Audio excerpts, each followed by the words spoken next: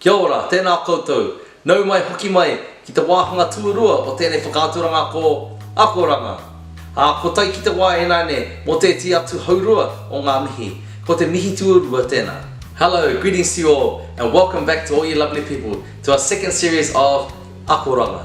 The time is now right for us to complete the second half of our greetings and farewells, which is Mihi tu.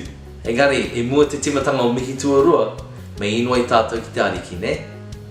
However, before we begin Mihi tu, let us pray to our good Lord first, okay? Me ingoa tātou. Let us pray. E te ariki, manakitia mai a mātou, I roto I a mātou mahi, mō tēnei rā, mō ake ake, āmine. Lord, bless us today in all the works that we do, forever and ever. Amen. Now let's dig into Mihi tuarua, okay? Now in our last series of Mihi tuatahi, I touched up on how to greet someone and how to say hello and how to say farewells as well. So we learned how to say kia ora, tēnā koe, tēnā kōrero, tēnā koutou. We learned how to say ka kite and ka kite anō. Now we're going to make it a bit more complex and we're going to ask questions and also answer them. Now this greeting here that we're about to touch on is just a common form of greeting that we use in everyday life, and that is e pe whiana koe, which means how are you. Some people say kei te pe hea koe, which means how are you. Same deal. However, today I'm going to teach you how to say both so that you can get a more complex understanding and that you know different variations of how to say how are you. So remember, e pe whiana koe, how are you? Kei te pe hea koe, how are you? Alright, now let's break this phrase down. So we have e pe whiana koe, e pe whia ana koe, how are you? Now when you see a sentence written like this, e pe whia ana koe, you'll notice that pe whia ends with an A and ana starts with an A. When you see two words that come together like that, you drag the A's into each other. So you say e pe whiana koe, e pe whiana koe. Ka pai? Now the next variation of saying how are you is kei te pe hea koe. Kei te pe hea koe, how are you? So just like how we said on the previous series with tēnā koe and tēnā kōrero and tēnā koutou, you can use those same variations when you see multiple groups of people. So for instance, if you see two people, you can say e pe whiana kōrero, how are you two? Or three people or more, e pe whiana koutou, how are you three people or more? And as well with a different variation of saying how are you, you can say kei te pe hea koe, how are you to one person? Kei te pe hea kōrero, how are you to two people? And kei te pe hea koutou, how are you to three people or more? Now we're going to go to the breakdown, alright? And you guys are going to copy me as I speak. So first variation of saying how are you, e pe whia ana koe. E pe whia ana koe. E pe whia ana koe. How are you? E pe whiana koe. How are you? Now a second variation of how to say how are you. Kei te pe hea koe. Kei te pe hea koe. Kei te pe hea koe. How are you? Kei te pe hea koe. How are you? Now to ask multiple people how they're doing, e pe whiana kōrero, how are you two people? E pe whiana kōrero, e pe whia ana kōrero. How are you two people? E pe whiana kōrero. How are you two people? Now, next multiple group of three people or more, e pe whiana koutou, e pe whiana koutou, e pe whia ana koutou. How are you 3 people or more? E pe whāna koutou. How are you 3 people or more? Now to use the next variation for multiple people. Kei te pēhea kōrua. How are you 2 people? Kei te pēhea kōrua. Kei te pēhea kōrua. How are you 2 people? Kei te pēhea kōrua. How are you 2 people? Now to ask 3 people or more, how are they? Kei te pēhea koutou. Kei te pēhea koutou. Kei te pēhea koutou. How are you 3 people or more? Kei te pēhea koutou. How are you 3 people or more? Alright, now we're going to get on to responding to that question. So when someone asks you, kei te pēhea koe, or e pe whiana koe, you reply, e pai anō, I'm good. Or you can say, kei te pai, all good man. Alright, now let's go to the breakdown again. So as I say it, then you guys copy me, okay? So, e pai ana au, e pai ana au, e pai ana au, e pai anō, I'm good. Alright, the other variation of how to respond to how are you? Kei te pai, I'm good. Kei te pai. Kei te pai. I'm all good, bro. Now this part here is really going to get your hinagaro working, your mind working, okay? So, as we discussed before, when you can ask multiple people how they're doing with kōrero and koutou, now it's time for you to respond as a multiple group of people as well.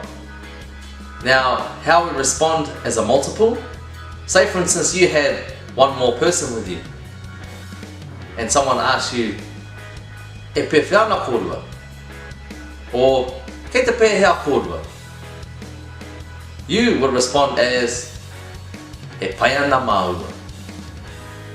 E pai ana māua. Māua means us two, excluding the person that is asking you. Or you can say the other variation, kei te pai māua. Kei te pai māua. Us two are good, excluding the person that is asking you. Now, responding as a multiple group of people, 3 people or more. If someone approaches you and says, e pe whiana koutou, or kei te pēhea koutou, you would respond, e pai ana mātou. We are good, man. Us 3 are good, excluding the person that is asking you. E pai ana mātou. Or you can say, kei te pai mātou. We 3 or more people are good, excluding the person that is asking. So, e pai ana mātou, or kei te pai mātou. We 3 or more people are good.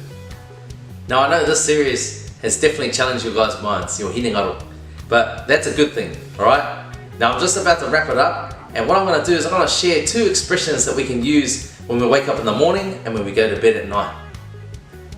Now these expressions are known as ata mārie and pō mārie. Ata mārie is an expression that we use in the morning, especially when we wake up first thing in the morning and we come and see our whānau, our friends and our family, and we say, ata mārie, good morning. Ata mārie, good morning. Ata means morning.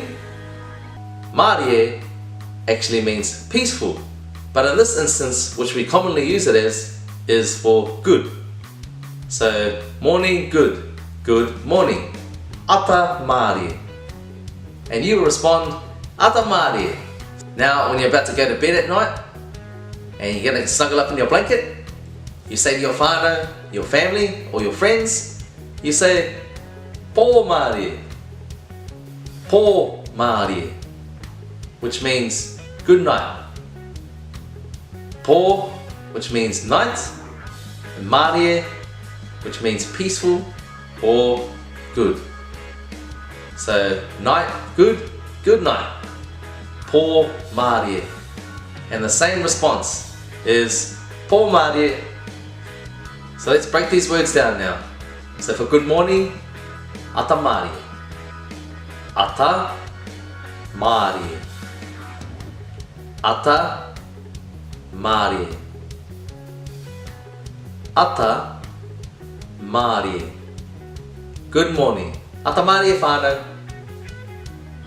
Good morning, family. Now for the second expression at night time. Good night. Po marie. Po marie.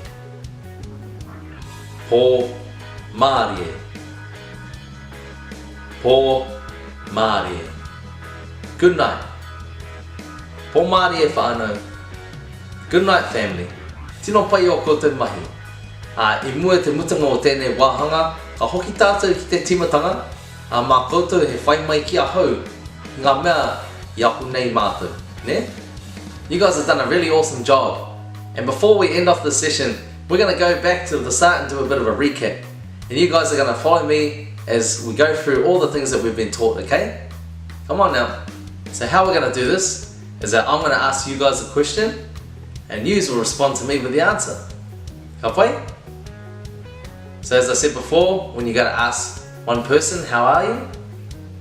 You say, e pe whiana koe. E pe whiana koe. How are you? And you'll respond with, ai, ka pai, e pai ana au. I'm good. Now remember, there's another way of saying, how are you? Which is, kei te pē hea koe. Kei te pē hea koe. How are you? And you'll respond with, ka pai, kei te pai. I'm good. Now say if you're with another person, or perhaps you are with another person, I'm going to ask you two how you are doing. With e pe whiana kōrero. E pe whiana kōrero.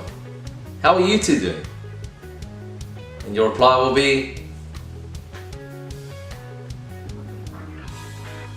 ka pai, e pai ana maua. That's right. We are both good. And the other way of saying, how are you two? Kei te pē hea kōrero. How are you two? Kei te pē hea kōrero. How are you two doing? And how tō whakautu? What is your answer? Yeah? Ka pai. Kei te pai maua. Both of us are good. Now you might be sitting there with your whānau or your friends, with 3 people or more. And I'm going to ask you, how are you 3 people or more? E pe whiana koutou. Ne? E pe whiana koutou. How are you 3 people or more? And your reply is, e pai ana mātou. Ka pai. E pai ana mātou. Us 3 people or more are good, man. And the other way of asking, how are you 3 people or more? Kei te pē hea koutou. How are you 3 people or more? Kei te pē hea koutou. How are you 3 people or more? Nā tō whakautu ki tōku pātai. Your answer to my question is, ka pai. Kei te pai mātou. We 3 people or more are good. Now we're going to move on to our 2 final readings. One for the morning and one for the night. What is it? Ata ka pai. Ata marie. Ata marie. Good morning. Now the next one, when we say good night before we go to bed, we say po ka pai, po marie, po marie. Good night or peaceful night. Me mihi ka tika ki a koutou mō tā koutou manawa nui mō tēnei wāhanga o Akoranga. E mōhiona he wā roa tēnei, engari ko te mea nui e marabati ana koutou pia whiai te mihi atu I roto I tō tātou reo Rangatira. I would like to extend a big congratulations to you for all your patience in this series.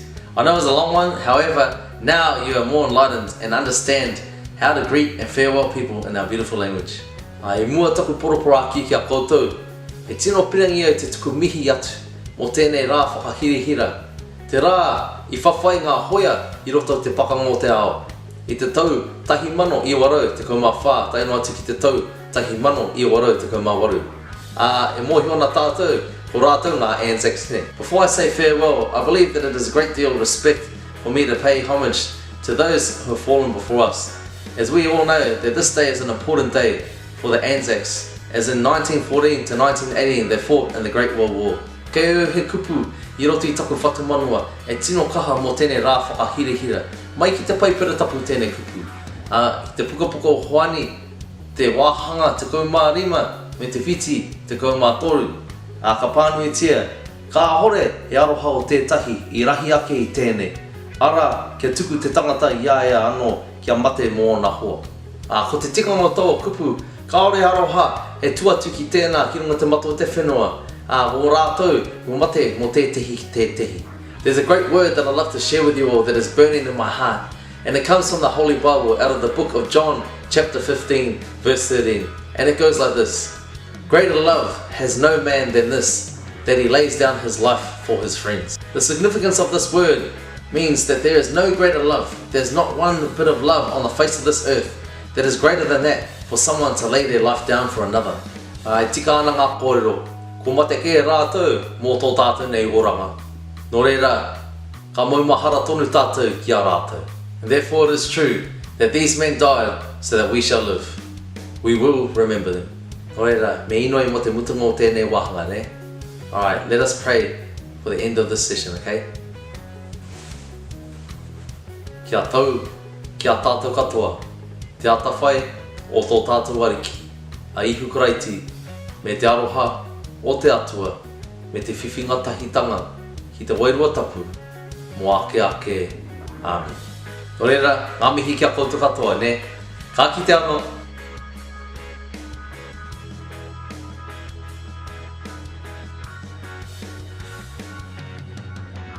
Don't forget to like our videos by giving us a thumbs up, subscribe to our YouTube channel, and keep interactive through our social media websites. Alright whānau, spread the word, share the love. God bless you all. Peace!